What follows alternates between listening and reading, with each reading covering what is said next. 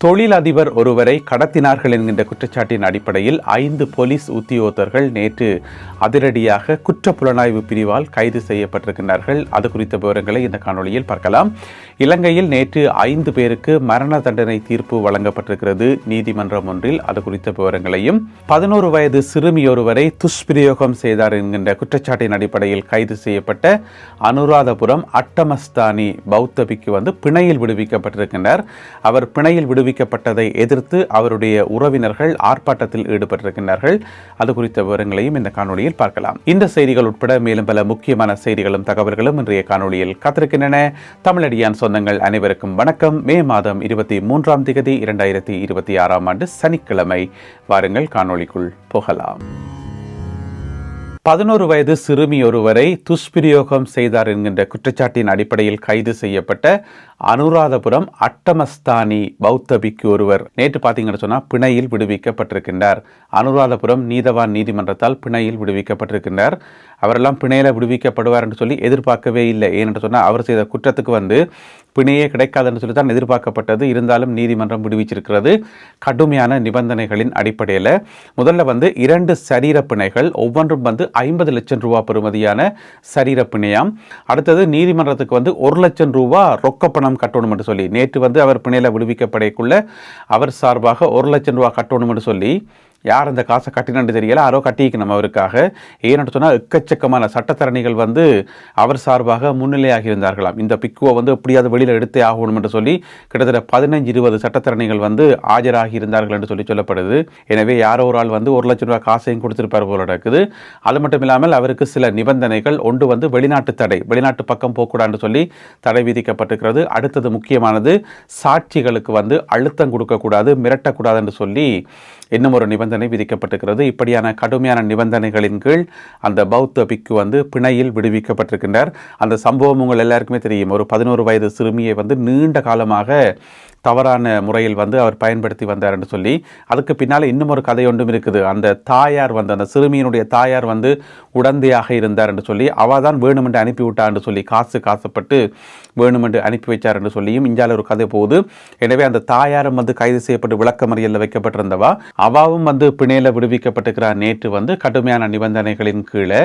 இப்ப தாய் செய்தது குற்றம் தானே, பின்ன 11 வயது சிறுமியை இப்படி அனுப்பலாமா? என்னதான் நீ பெத்த பிள்ளையாக இருந்தாலும் இப்படி அனுப்பலாமா? அது முதலாவது. 2வது, 11 வயது சிறுமியை தாய் அனுப்பினார்ன்றதுக்காக பௌத்த பிக்கு அப்படி கூப்பிடுவார். அது அடுத்த பிள்ளை. எனவே எல்லாரும் சேர்ந்து கும்பலா சேர்ந்து பெரிய பெரிய பிள்ளைகளை விட்டுருக்கணும். எப்படி பிணை கிடைச்சதுன்றதான் பெரிய அதிர்ச்சியாக இருக்குது. எனவே அந்த பாதிக்கப்பட்ட சிறுமியினுடைய உறவினர்கள் மற்றது பெண்கள் அமைப்புகள் எல்லாம் சேர்ந்து நேற்று நீதிமன்றத்துக்கு முன்னால் ஒரு அடையாள எதிர்ப்பு போராட்டத்தில் ஈடுபட்டிருந்தார்கள். இருந்தாலும் நாங்கள் நீதிமன்றத்தினுடைய தீர்ப்பை கேள்விக்குட்படுத்த முடியாது. பிணையில் விடுவிக்கப்பட்டிருக்கின்றார்கள் கடுமையான நிபந்தனையின் கீழ். அதேவேளையில் இலங்கையில் மற்றொரு நீதிமன்றத்தில் நேற்று 5 பேருக்கு தூக்கு தண்டனை வழங்கப்பட்டிருக்கின்றது. அந்த தீர்ப்பு வழங்கப்பட்டிருக்கிறது. அதாவது 19 ஆண்டுகளுக்கு முதல் 5 பேர் சேர்ந்து ஒரு ஆளை கொலை செய்திருக்கின்றார்கள். அதன் காரணமாக 19 ஆண்டுகளாக சிறையில் இருந்த அவர்களுக்கு நேற்று தான் தீர்ப்பு வழங்கப்பட்டிருக்கிறது, தூக்கு தண்டனை வழங்கப்பட்டிருக்கிறது. சம்பவம் எங்கே நடந்திருக்குன்னு சொன்னால் காலி மாவட்டத்தில் இருக்கக்கூடிய பலப்பிட்டி என்ற இடம் இருக்குதானே, பலப்பிட்டிய உயர் நீதிமன்றத்தில் தான் இந்த வழக்கு நடந்து நேற்று தீர்ப்பு அறிவிக்கப்பட்டது.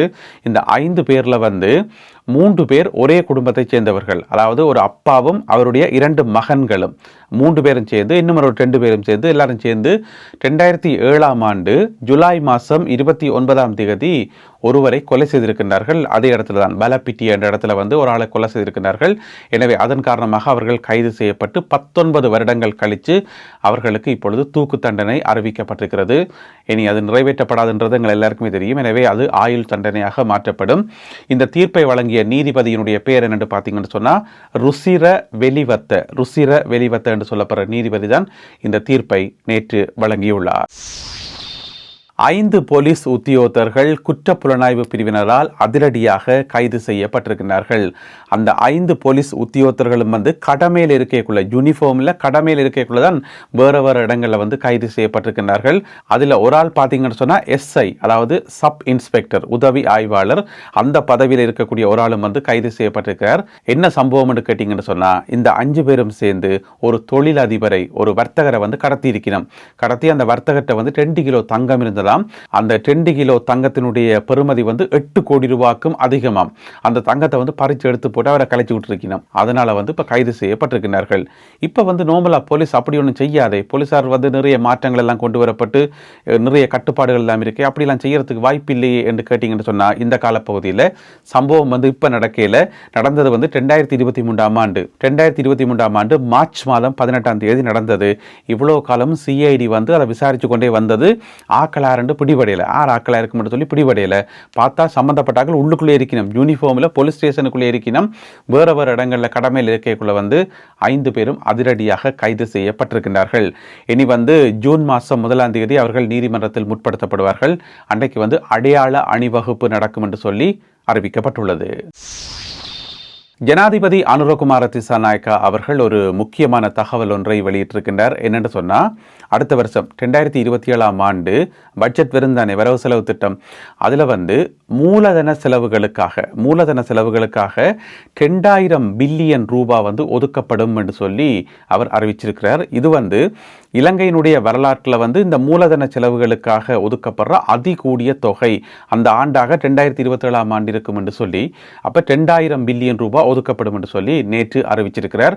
அம்பாறையில் நடைபெற்ற ஒரு நிகழ்ச்சியில் கலந்து கொண்டு, உங்களுக்கு தெரியும், நேற்று அம்பாறை மாவட்டத்துக்கு வந்து ஜனாதிபதி அவர்கள் வந்து போயிருந்தவர். நிறைய இடங்களில் வந்து பல்வேறு நிகழ்ச்சி திட்டங்களை வந்து ஆரம்பித்து வச்சிருந்தவர். பிறகு டிசிசி கூட்டத்தில் எல்லாம் வந்து கலந்து கொண்டிருந்தவர். அப்போ அம்பாறை பலநோக்கு கூட்டுறவு சங்கம் இருக்குத்தானே, அதுக்கு வந்து புதிதாக ஒரு கட்டடம் ஒன்றை கட்டுறதுக்காக அது வந்து அடிக்கல் நாட்டி வைக்கப்பட்டது.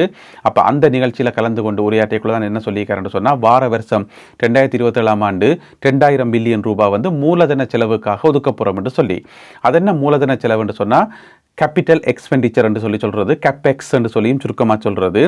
அதாவது வந்து அரசாங்கம் அந்த உடனடி தேவைகளுக்காக காசு ஒதுக்குறது உண்டு, நிரந்தரமான நீண்டகால திட்டங்களுக்காக காசு ஒதுக்குறது உண்டு.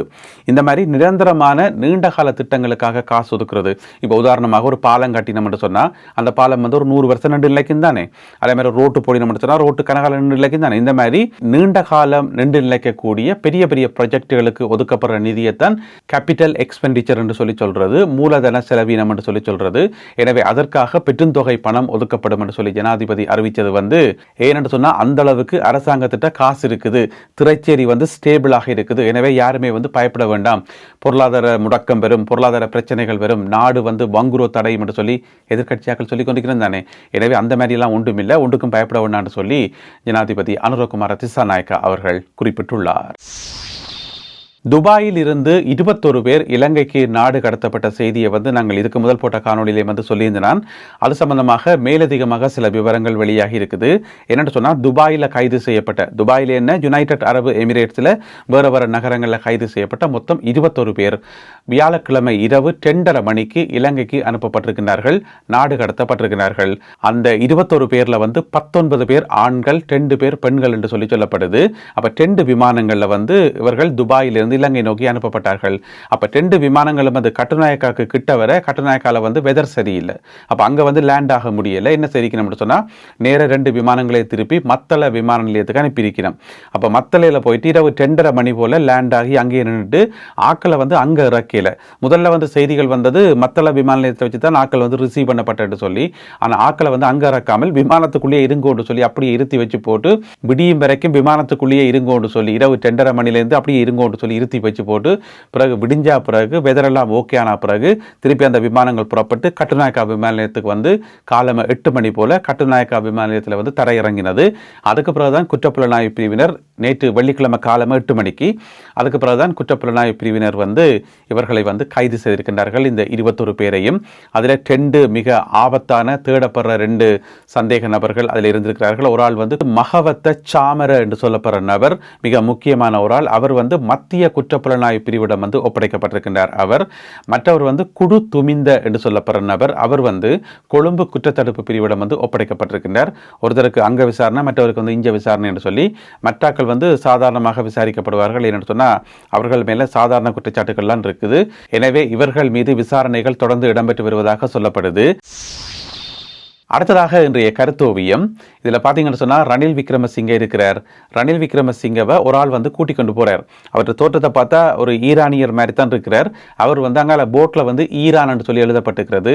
இந்த கருத்தோவியம் வந்து ஒரு சிங்கள பத்திரிகையில் வந்தது, அதனால தான் சிங்களத்தில் எழுதப்பட்டு கிடக்குது.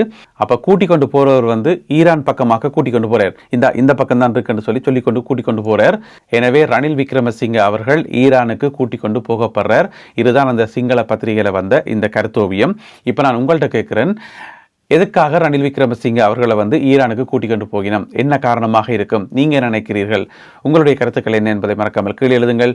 மீண்டும் இன்னும் ஒரு காணொளியில் உங்களை சந்திக்கின்றேன். அதுவரை நன்றி, வணக்கம்.